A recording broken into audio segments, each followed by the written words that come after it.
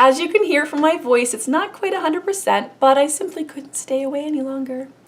So learning to sing, especially when you're trying to do it all on your own through reading various websites and books and watching countless YouTube videos and purchasing sometimes really expensive pre-recorded training programs, can make the whole process seem very complicated and overwhelming. And my objective here today is to try to simplify things for you a little bit by listing 8 areas of your technique that you should focus on, especially when starting out. These are fundamental skills for all skilled vocalism, and some of these skills are ones that you're going to develop over time gradually. We get the basics of them down, and then as our repertoire demands more and more from us, we continually hone those fundamental skills to meet the increasing demands. These skills aren't listed in any particular order, and even though I'm a strong believer in a systematic approach to technical development, sometimes we have to do a little bit of triage. So because I don't know you and your voice, it's going to be up to you to do that triage to determine which parts of your technique need to be worked on first. The first skill that we need to develop is pitch accuracy. Now this probably goes without saying, but being able to sing on pitch is kind of critical to being able to sing well. There are a lot of reasons why singers might have poor pitch, and sometimes it's because they don't hear how the tuning of their voices differs from that of other singers or musical accompaniment, and sometimes it's because they either underestimate or overestimate the physiological adjustments that they need to make in the vocal tract in order to produce the correct pitch. And oftentimes, though, it's due to registration problems that may have resonance or breath issues at their root. In these cases, pitch accuracy tends to improve as those technical roadblocks are removed. So you don't necessarily always have to address pitch directly, but sometimes you do. And in those cases, you can do a few things. One thing you can do to work on your pitch accuracy is to use a tuned instrument, such as a piano or a guitar, and strike a key or pluck a string and try to match your voice to that note. Now, this can be difficult for some people because those instruments don't really sound quite like the human voice. So a lot of people work much better when they have another singer for pitch matching. Work with another singer whose voice is pretty similar to yours in terms of timbre and voice type, and this will help you be able to hear the kinds of sounds that you need to be making. Sometimes when you're singing with other singers whose voices are very, very different from your own, it's difficult to blend, and the voices always sort of seem to clash, and that can make it even more difficult for somebody who does have pitch matching issues to be able to find that nice pitch centeredness. So again, if you go with somebody whose voice is a little bit more similar to yours, it'll be a little bit easier because your formants will probably be a little bit closer, and you'll hear more of the intrinsic pitch in the vowel, and that will help a lot. Just generally working on your pitch, being a little bit mindful, and sometimes not letting yourself get away with it, stopping yourself. Instead of continuing to practice the song, just stop and figure out what's at the root of the pitch error. Correct yourself because you don't want to reinforce those bad habits. You've got to be very mindful, especially early on in training. If you catch yourself hitting a sour note, fix the problem, get to the root of the problem. Oftentimes we get issues with pitch inaccuracies when we're singing fast passages, vocal runs, and riffs. So slow them down a little bit. Make sure that you can sing each note. Each note is pitch centered, each vowel is centered, and then slowly, gradually speed that up over time. There's no hurry, you're just training the voice. The second essential skill for singers is opening the throat. The throat is most open when we inhale deeply, and this is a great posture for training because it can counteract that tendency to constrict the throat, especially when singing higher. And the throat is going to be more open for classical styles of singing than it would be for commercial styles, but it's imperative that the singer is able to experience a release or a sense of freedom in the throat, regardless of how it's configured for the style. Now, I've covered the basics of the open throat in a 3-part series. I think it was a 3-part series. It could have been 4 parts. I can't remember exactly. But anyway, in that series, I talk about things like the lift, getting sort of a smile up under the eyes as you inhale, lifting the soft palate. Now, you can do that with a little bit of an incipient yawn, the first part of a yawn. Just be careful not to over-dilate the throat, almost like you could fit a whole fruit back there, or to depress the tongue, lower it or retract it too much, or to lower the jaw. Just a nice inhale. You can also try something kind of silly like sort of talking like Dracula. I want to suck your blood. Now my soft palate is actually up, but my tongue isn't pushing really, really far back. I can do it, I want to suck your blood. And I've got that little bit of a gag. The tongue's pulling back too much. You don't want that. You want the tongue released and forward. Lowering the larynx, you can do something silly there too. You can talk a little bit like Yogi Bear. Hey, boo, boo, boo, boo. It's very dark for certain styles, but again, this is really about encouraging the instrument to be able to be flexible enough to configure itself in various ways, and also to have options to help counteract that tendency to squeeze and for the larynx to get too high. A little bit high is okay in certain styles, for certain techniques, that's fine, but we never want to get to the point where, again, we feel like everything is closing down in here and it becomes very uncomfortable, very tight, very strained. So it's good to practice it both ways, train it both ways. For the most part, we don't have to consciously think about the larynx and what it's doing. We don't need to actively control its height. If we are just getting that sort of nice open yawn kind of feeling inside the throat and the throat feels comfortable, it's likely low enough for our singing needs. And thinking in terms of timbre may be more effective than attempting to consciously manipulate the larynx into a low position. However, I do have a couple videos out that discuss a low larynx in greater detail. And just understand that a low larynx is not necessary or effective for all singing styles or techniques. But again, the feeling of freedom as opposed to constriction and discomfort is really what you're aiming for, even in commercial styles of singing. The next essential skill that we need to master for good singing is the onset of sound. Now the onset, sometimes referred to as the attack, refers to the initiation of the tone. How we start the tone tends to have an impact on how we sustain the tone, and so it's really important to get this right. There are soft onsets, in which the vocal folds don't come together completely, so there's usually a little bit of air heard in leaking into the tone. And then there are hard onsets. You can hear a little bit, the vocal folds kind of slam together and press together. And it creates sort of a harsh or gripping or catching kind of sound. It's hard for me, I don't really have a hyper-functional voice, but with some singers you can really hear that grip in their voices, and it sort of catches before they move into the vowel sounds. And neither of these types of onsets are ideal for most singing. Occasionally, we can use them for artistic effect, but what we want for most of our singing are balanced onsets in which the vocal folds are fully approximated, but not with too much force. We want our onsets to be clean and precise, but not harsh or hyperfunctional. So for soft onsets, we can try working on developing the glottal adductor muscles, the muscles that close the glottis, that bring the vocal folds together. And we can do this by working on things like energized phrases, uh-oh, ate the apple, every orange. We can also try things like staccato, which unfortunately I can't demonstrate for you right now because I have some swelling on my vocal folds from all the aggressive coughing that I've been doing all week long. But you can also try things like the coo or goo type exercises, the k, g. A lot of singers find that they're really effective for getting the vocal folds to come together and helping them to vibrate more efficiently. So goo goo goo goo goo, goo goo goo goo goo goo goo.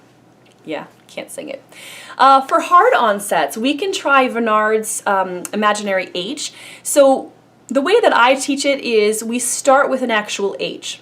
So, and again, we're not trying to add air into the sound purposely, but when somebody has a hyper-functional onset where it's just so hard that they're slamming the vocal folds and the arytenoid cartilages together, it can be very, very damaging over time. It can create injury. And so what we want to do is we want to just sort of instantly release that. So obviously working on the open throat is really, really important.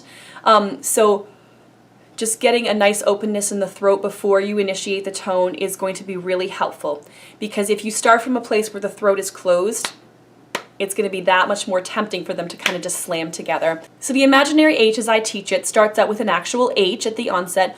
Ha, ha. And again, that sort of the H kind of keeps the vocal folds just a little bit apart. And then what we do is we gradually try to decrease the presence of that H. Ha, ha, ha, ha, ha, ha. I know, my voice sounds terrible right now. You can also start by singing a note with an H at the beginning, and then immediately sing it again, but remove that H altogether, but try to keep that same feeling. Ha, a little bit airy because that's swelling, but you get the idea. Now the other thing that we have to consider here is subglottal pressure. When the vocal folds do have a tendency to be hyperfunctional or pressed to kind of slam together, we're going to get high subglottal pressure. So if we work a little bit on balancing out the breath pressures by holding a little bit of that back, not squeezing and forcing that air out, that in turn is going to help the glottal response to be a little bit more balanced. So just keep that in mind. Now the next skill is releasing the tone, and it's exactly what it sounds like. It's when we decide, at whatever point we decide, we need to just stop the tone at the end of the vocal phrase or the sustained note. So just like with onsets, we have soft releases in which the voice kind of trails off a little bit. It usually gets weaker in terms of intensity. It'll often get breathy because the singer will start to sort of open up the glottis to sort of release some of that pressure. So you'll get something like, ah, and then the tone will stop. It gets a little bit more airy at the end. I know I'm a terrible demonstrator today. Then we also get things like hard releases in which the singer basically slams the vocal folds together in order to completely obstruct the airflow, to completely stop it. And then they open again in order to take the next breath.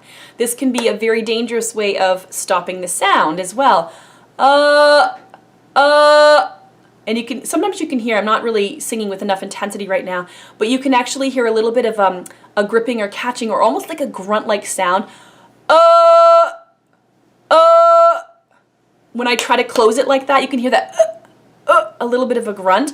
That's a surefire indicator that you have a hard release and that you're probably in turn generating too much subglottal pressure, and you need to be able to hold a little bit of that back. And then of course we have balanced releases in which the release of the tone is very precise, it's very well timed, but we're not adding air, we're not losing intensity, and we're not slamming the vocal folds together in order to stop the tone. For singers with soft releases, it's sometimes a matter of just becoming more consciously aware of it. Because oftentimes, I've worked with a lot of singers over the years who have done this sort of thing where they start to sort of collapse their breath support prematurely in anticipation of the end of the note. They sort of realize, oh, I'm really, really close to the finish line. I can just kind of, relax a little bit. And that's actually not what you want to do. You want to maintain a steady breath pressure, and you want to continually renew that vowel in order to just get right to the end so that you can have a clear, clean finish when you want it. If it's a hard release, my favorite strategy for a hard release, besides just sort of becoming more consciously aware of it, is to actually release the tone with an inhale. It's kind of a little bit of a weird thing, but you're basically singing on the exhale, right? Ah, and I inhale to stop the tone. Ah. And what that's going to do is it's going to prevent the singer from wanting to slam together to stop the tone and to stop the airflow.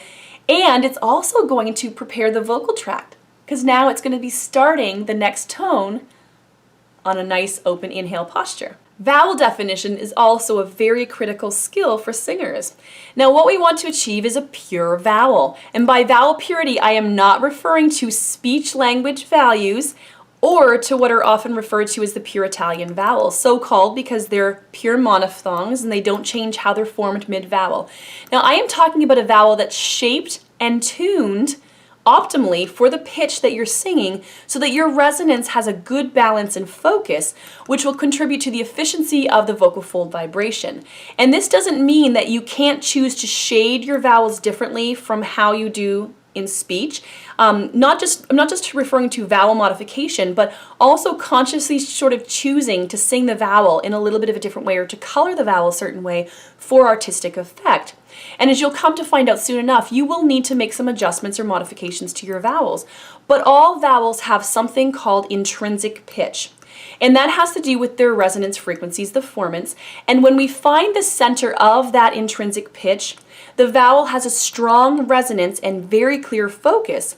And that strong resonance and clear focus, in turn, creates an efficiency within the vocal tract. Those pure Italian vowels, however, are a really good starting place in voice training because they're common to all languages and because from them, Only tiny adjustments need to be made in order to form all the other vowels in the language. I will record a video soon on vowel definition and get into the very specifics of each vowel and how to form it with the tongue and the jaw and the lips, and how to sort of fine-tune it a little bit, and some common distortions that we hear, some common difficulties that singers have with those particular vowels. But in the meantime, when you're working on your vowels and you're singing your scales, your songs, listen for distortions.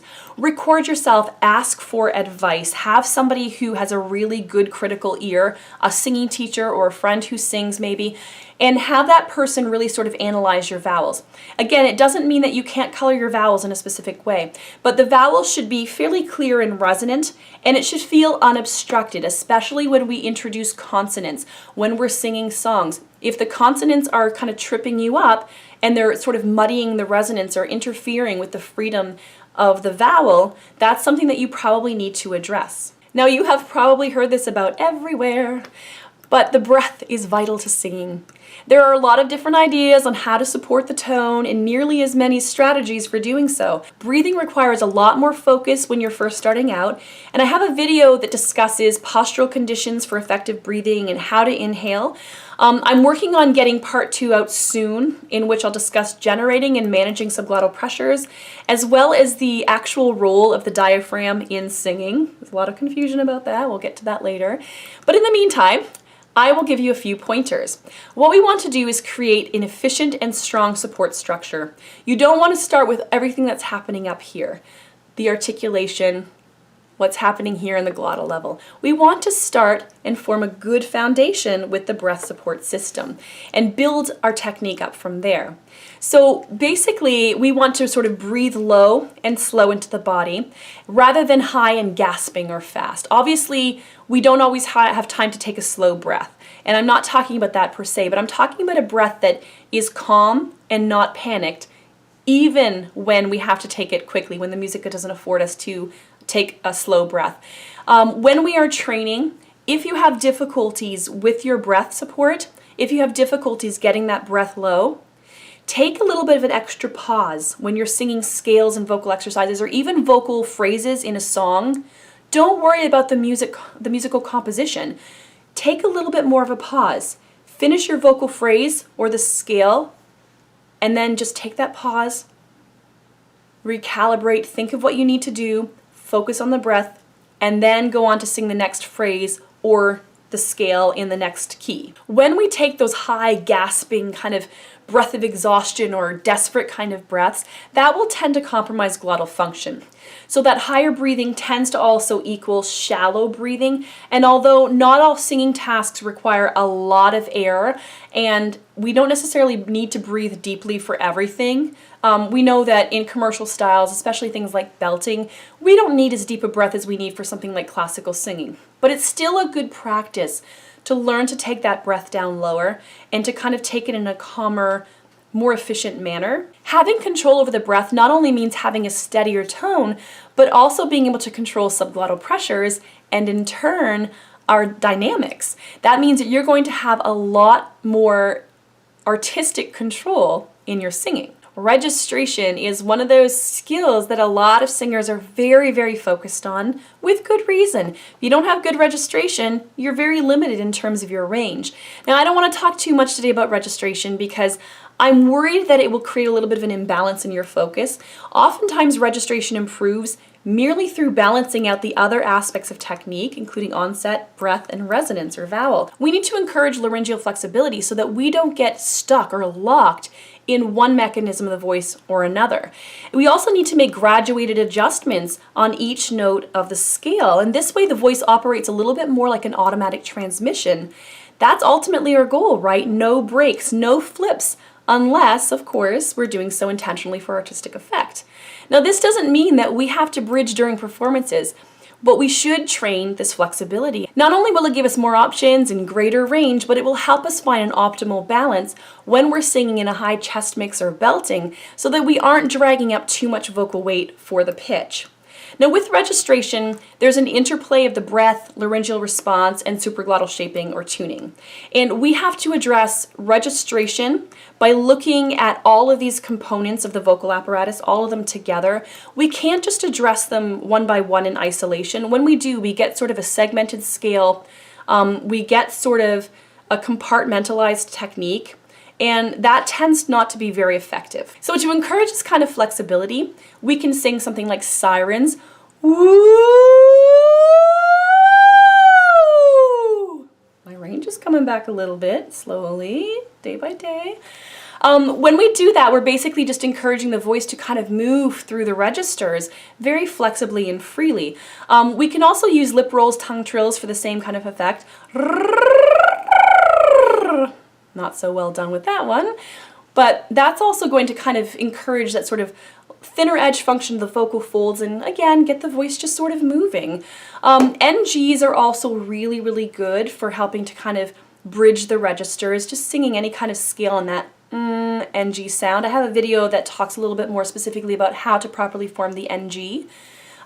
We can also, of course, depending on what approach you want to take, if you're leaning more toward the classical style of singing, or sort of that crooning where you kind of want to keep a more stable larynx, then you might want to work on some of those low larynx exercises like the dark ba ba ba ba exercises, ba ba ba ba ba ba ba ba ba ba. Those kinds of arpeggios, those really work effectively. If you get stuck in that M1 or chest voice coordination as you're ascending, and you can't seem to make that transition smoothly or even at all, you sort of hit like kind of a pitch wall and your pitch starts going flat because you can't get any higher, but you can sing in a falsetto or head voice. If you're starting up there, then do something called a top-down approach. I love these. Basically, you're going above the passaggio and you're starting in M2, in this lighter mechanism of the voice, and you're making your way down. Whether that's falsetto or head voice, it doesn't really matter. As long as you can access it, we can work with that.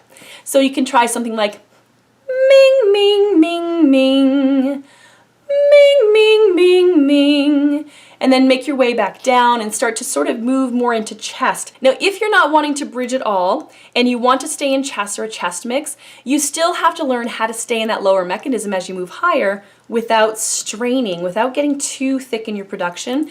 And you have to be able to release into your sounds, into your tone, even when you're keeping a long closed quotient and maintaining a firm resistance to the high subglottal pressure levels. Now let's talk about legato. Legato refers to the ability to smoothly connect our notes. The majority of our singing is done legato as opposed to staccato, in which the notes are detached. Now this doesn't mean that we can't use staccato or mezzo staccato or even glottal stops. We hear a lot of glottal stops today in pop music, but legato is one of those skills that we cannot do without. So in order to get a good legato, we need to have a steady breath pressure, just keeping it very consistent. That doesn't mean that we can't alter our dynamics or our subglottal pressures, but doing so in a very controlled manner. That's really important.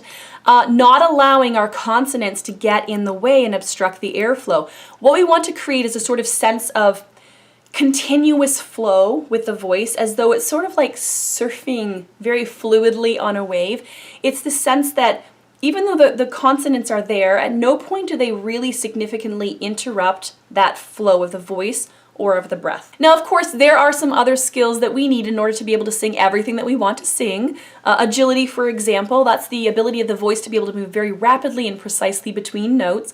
But I think this is a really good start. Once you master these skills, you're going to have a really strong technical foundation upon which to build your voice and hopefully your music career. Thank you so much for tuning in today. I really hope this video was helpful for you and gives you a little bit of guidance in terms of where you should go in terms of your technical development and what areas you should focus on. Please leave any questions or comments below, click the thumbs up button, and subscribe to this channel if you haven't already done so that you'll receive notifications every time I post new videos like this one. Happy singing and happy holidays!